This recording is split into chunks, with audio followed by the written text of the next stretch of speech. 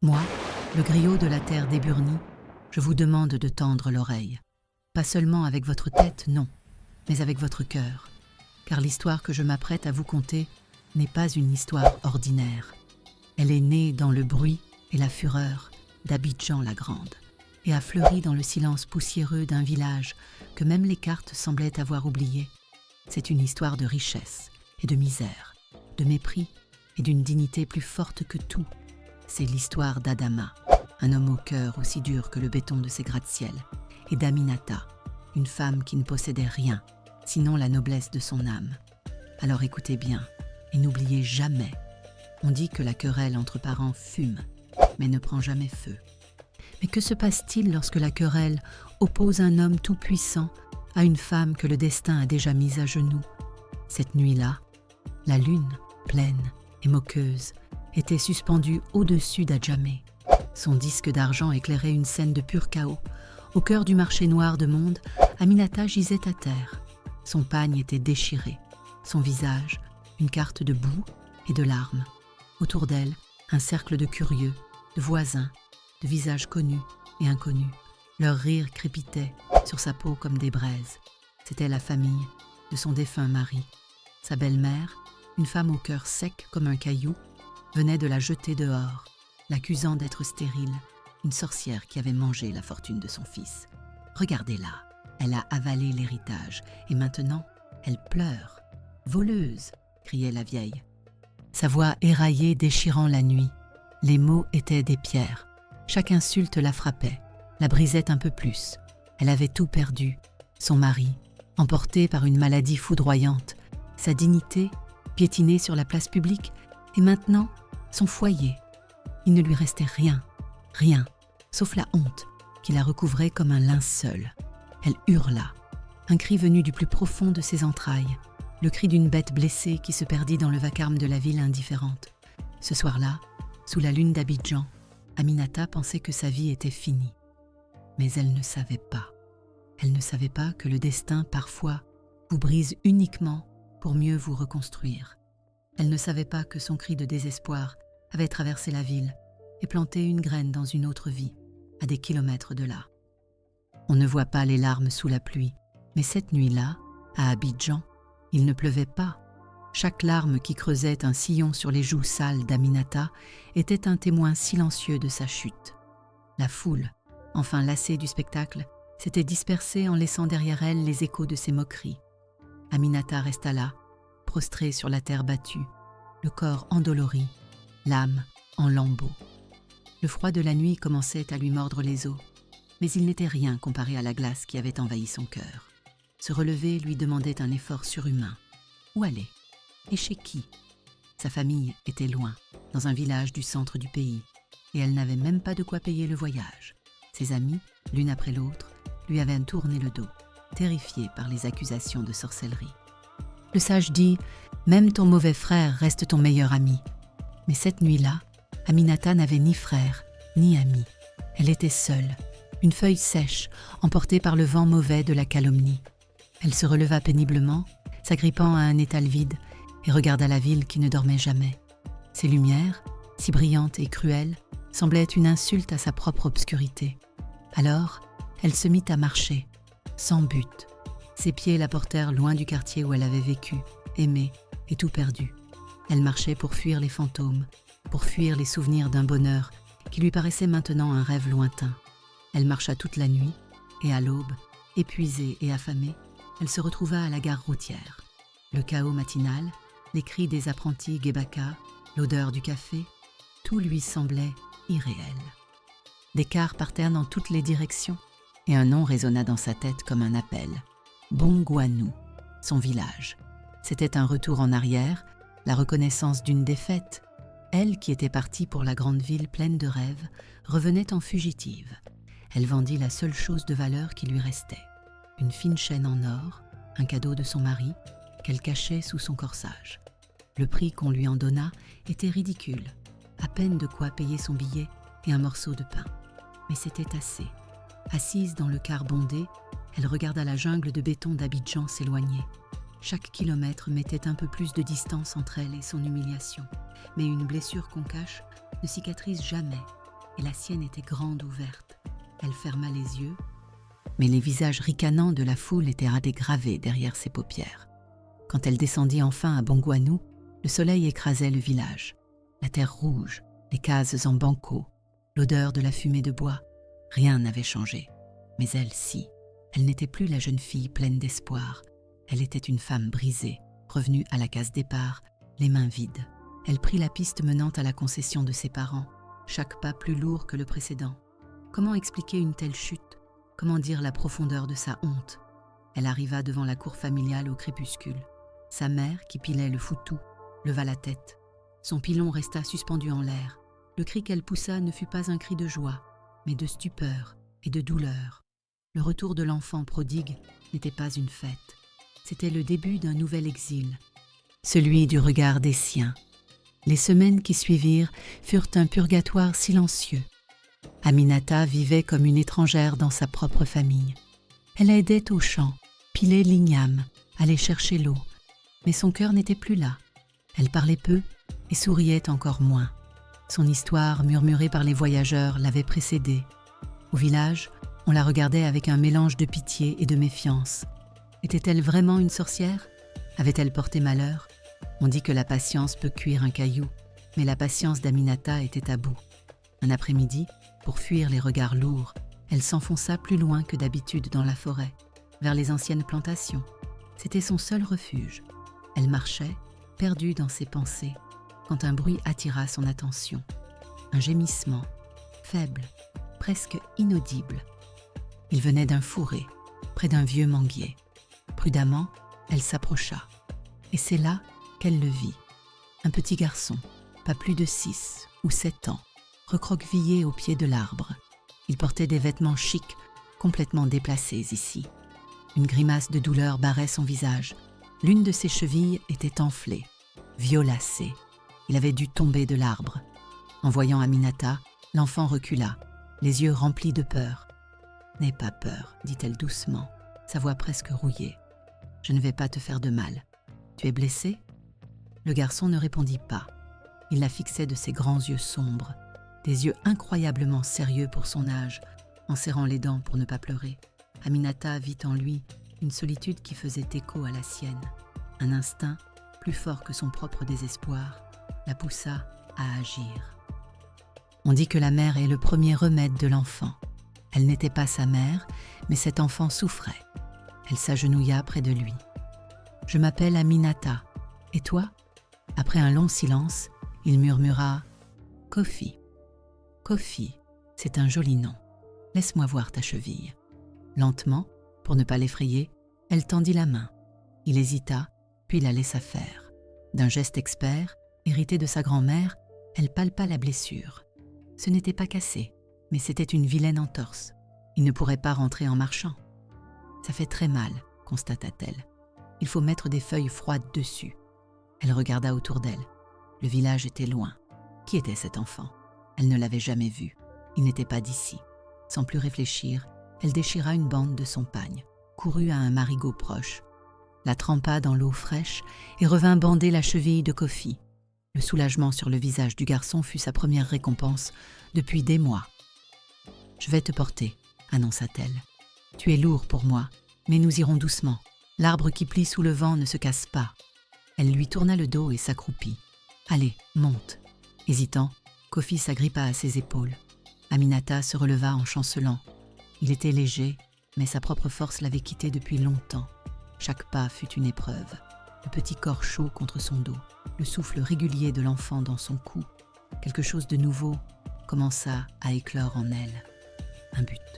Pour la première fois depuis cette nuit terrible à Adjamé, elle ne pensait plus à sa propre douleur. Elle ne pensait qu'au petit garçon qu'elle portait. Elle ne le savait pas encore.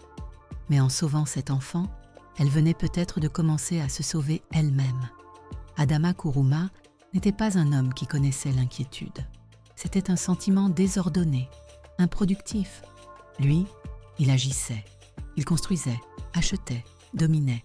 Son empire immobilier s'étendait sur tout Abidjan. Il était un nom, une puissance, un homme dont la froideur était aussi célèbre que sa fortune. Mais ce soir-là, cette froideur se fissurait. Son fils, son unique fils Kofi, avait disparu. Il était arrivé la veille dans sa villa de Bongwanou, une bâtisse arrogante construite sur les terres de ses ancêtres, un caprice de milliardaire. Kofi était censé découvrir le village sous la surveillance d'une armée de domestiques. Et maintenant, il n'était plus là. Adama arpentait le salon immense, son téléphone collé à l'oreille, aboyant des ordres. Chaque minute qui passait ajoutait une nouvelle couche de fureur à son angoisse. Ce village, cette brousse, il détestait cette imprévisibilité. Et c'est là qu'un garde du corps accourut, essoufflé. « Patron, on l'a retrouvé.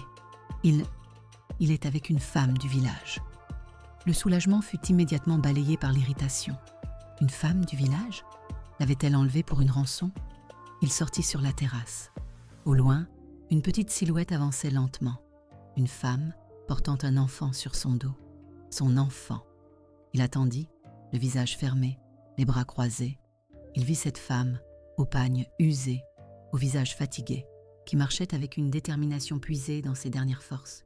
Et sur son dos, Kofi, la tête posée sur son épaule, semblait dormir, en parfaite sécurité. Quand Aminata arriva enfin devant la grille monumentale, elle était au bord de l'épuisement. Elle posa délicatement Kofi à terre. Adama descendit les marches, son ombre les engloutissant.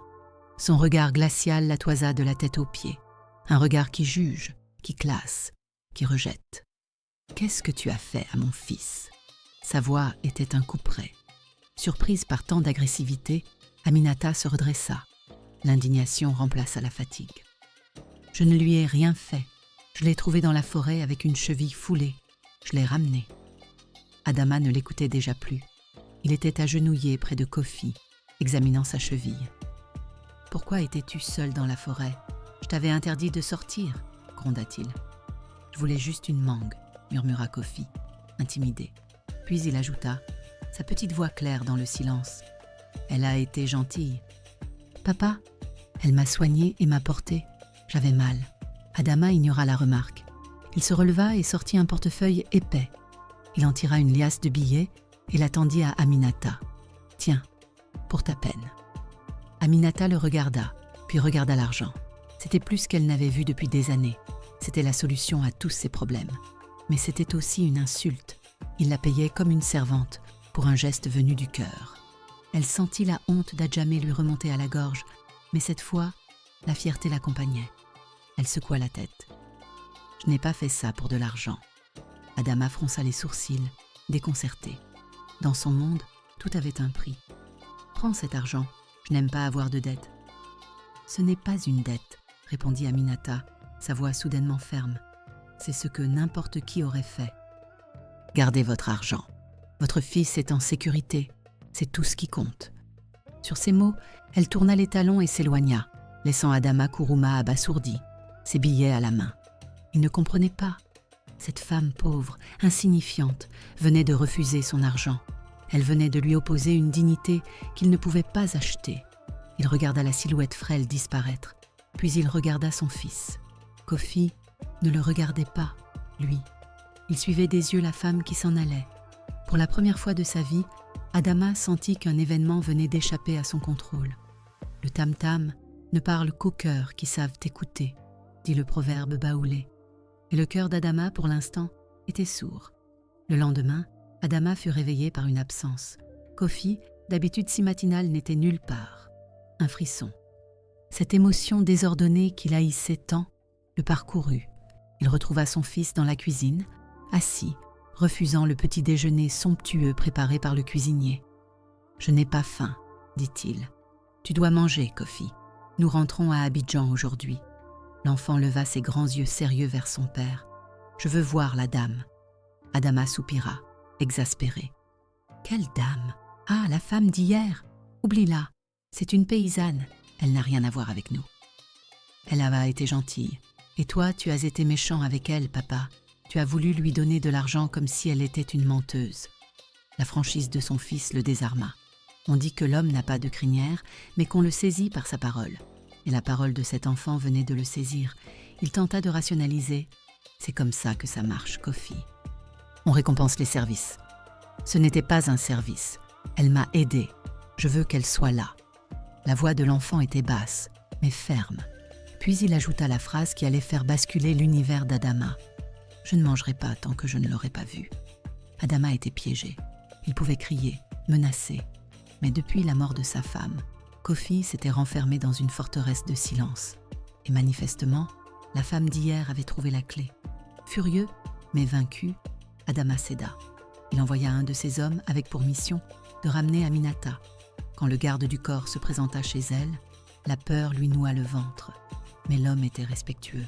« Monsieur Kuruma demande à vous voir. Son fils insiste. » Intriguée et méfiante, elle le suivit. Dès qu'il la vit, le visage de Kofi s'illumina. Il se leva et, boitillant, vint glisser sa petite main dans la sienne. Ce geste simple toucha Aminata au plus profond d'elle-même. « Il refuse de manger, » dit Adama, sur le ton d'un homme d'affaires constatant un problème. Aminata regarda Kofi. « Pourquoi tu ne veux pas manger? Il faut être fort pour guérir. »« Je mangerai si tu restes avec moi, » répondit le garçon. Un silence gêné s'installa. Adama était outré. Aminata, embarrassée. « Kofi, ça suffit, » coupa Adama. « Non, je veux qu'elle reste. Elle pourrait nous faire à manger. Elle sent bon la cuisine de grand-mère, elle. » C'était à la fois naïf et terriblement complexe. Adama regarda cette femme, pauvre, mais digne. L'engager? L'idée était ridicule. Mais le regard de son fils, suppliant et obstiné, le fit hésiter.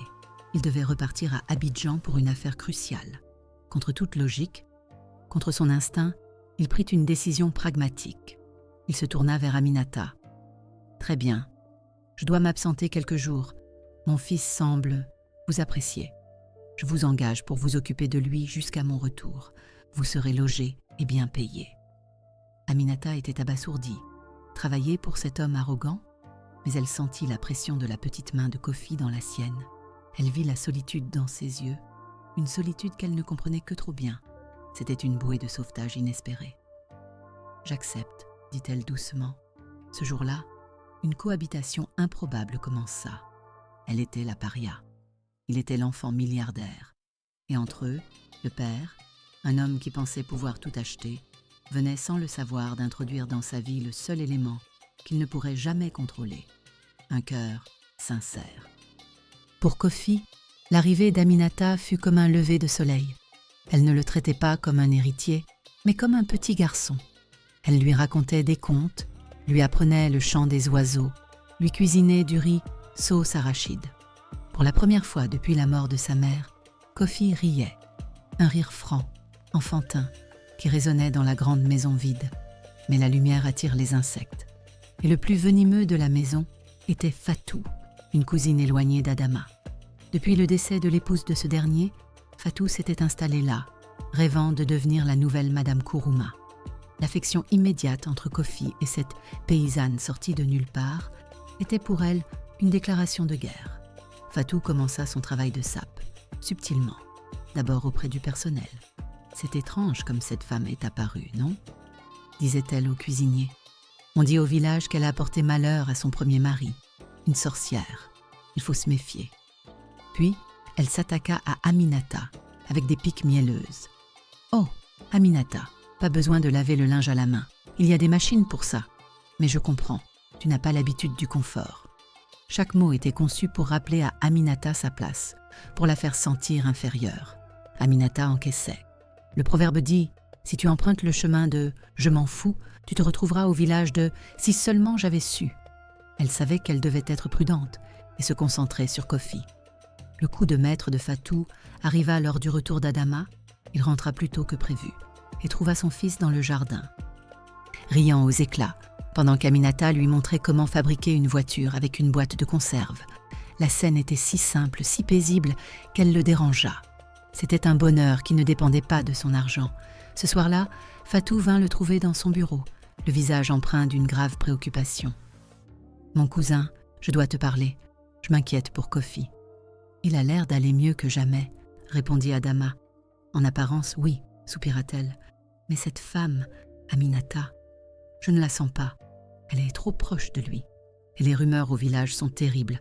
On dit que son mari est mort dans d'étranges circonstances et qu'elle a été chassée de sa belle famille pour sorcellerie. » Adama était un homme de fait, pas de rumeurs. Mais la graine du doute était plantée. Sorcellerie. Le mot résonnait de manière désagréable. Il repensa à la façon dont cette femme était apparue, à son refus de prendre l'argent, à l'emprise quasi hypnotique qu'elle avait sur son fils. Ce n'était pas logique. Et tout ce qui n'était pas logique était potentiellement dangereux. Elle fait son travail et Kofi est heureux. C'est tout ce qui m'importe, dit-il sèchement. Mais Fatou avait atteint son but. Le doute était là. Elle sourit intérieurement. On dit que c'est dans les vieilles marmites qu'on fait les meilleures sauces. Et la méfiance était une vieille marmite dans laquelle elle excellait. La cohabitation fragile venait de se transformer en un champ de mines. Le plan de Fatou atteignit son apogée lors d'une grande réception organisée par Adama, une démonstration de puissance mélangeant partenaires d'Abidjan et chefs traditionnels. L'occasion parfaite pour humilier Aminata et la chasser. Ce soir-là, alors que la fête battait son plein, Fatou fit tomber accidentellement un plateau de verres en cristal près d'Aminata et se mit à hurler. « Regardez ce qu'elle a fait, cette sorcière, c'est un mauvais présage !» Tous les regards se tournèrent vers elle. Adama accourut, le visage dur. Il vit Fatou, faussement éplorée, et Aminata, debout, au milieu des débris, tremblante. Les accusations de sorcellerie lancées devant les notables étaient ratées graves. Le cauchemar d'Adjamé se répétait. « C'est de ta faute », lança Fatou. « Depuis que tu es ici, il n'arrive que des malheurs. » Aminata, pétrifiée, ne trouvait pas ses mots. Comment se défendre? Adama la foudroya du regard. Les rumeurs, l'embarras public. « Sors », dit-il d'une voix glaciale. « Sors de ma maison. » Maintenant. C'était fini. Les larmes montèrent aux yeux d'Aminata. La honte encore. Elle fit un pas en arrière, prête à fuir. « Non !» La voix, bien que fluette, résonna avec une autorité incroyable. C'était Kofi. En pyjama, il se tenait dans l'encadrement de la porte. Il s'avança et vint se planter devant Aminata, lui faisant un rempart de son petit corps. Il faisait face à son père, aux invités, au monde entier. « Ce n'est pas elle, » dit-il, la voix tremblante d'indignation. « C'est cousine Fatou. Je l'ai vue, elle a poussé le plateau elle-même. Elle ment. » Un silence de mort s'abattit sur la terrasse. Fatou devint livide. « Kofi, mon chéri, tu as dû rêver. »« Je n'ai pas de fièvre, » rétorqua l'enfant. « Et tu es méchante avec Aminata. Tu dis des mensonges sur elle. Tu lui as dit qu'elle était une voleuse parce qu'elle a mangé une mangue. » Chaque parole était une flèche. Un enfant seul, dit-on, ne soulève pas le pagne de la vérité. Mais ce soir-là, un enfant seul soulevait le voile de la méchanceté. Kofi se tourna ensuite vers son père. Son regard n'était plus celui d'un enfant intimidé. C'était celui d'un juge. « Et toi, papa, tu la crois, elle, et pas Aminata ?» Aminata ne ment jamais. Elle me raconte des histoires, elle me soigne, elle chante pour moi. Elle ne demande rien. C'est ma mère. C'est elle que j'ai choisie comme mère. La déclaration tomba comme un coup de tonnerre. C'est elle que j'ai choisie comme mère. Une affirmation révolutionnaire, la voix du cœur dépassant les liens du sang. Adama Kourouma resta figé. Son propre fils, devant tout le monde, venait de choisir une pauvre femme du village pour mère. Il regarda Aminata, qui pleurait en silence, non plus de honte, mais d'émotion. Il regarda Fatou démasqué, et il regarda son fils, ce petit être qui venait de lui donner une leçon de justice. La fête était terminée. Adama fit un signe de tête à un garde. « Raccompagnez Madame Fatou, elle nous quitte ce soir. » Puis, il se tourna vers Aminata et Kofi, blottis l'un contre l'autre. Pour la première fois, il ne voyait plus une employée et son fils. Il voyait une famille, et cette vision le terrifiait autant qu'elle l'attirait. Cette histoire vous touche? Pensez-vous que l'amour d'un enfant peut vraiment guérir les blessures des adultes et renverser les barrières sociales? Dites-le nous dans les commentaires. Et si vous voulez connaître la suite du destin d'Aminata, Adama et du petit Kofi, abonnez-vous à la chaîne et activez la cloche pour ne rien manquer.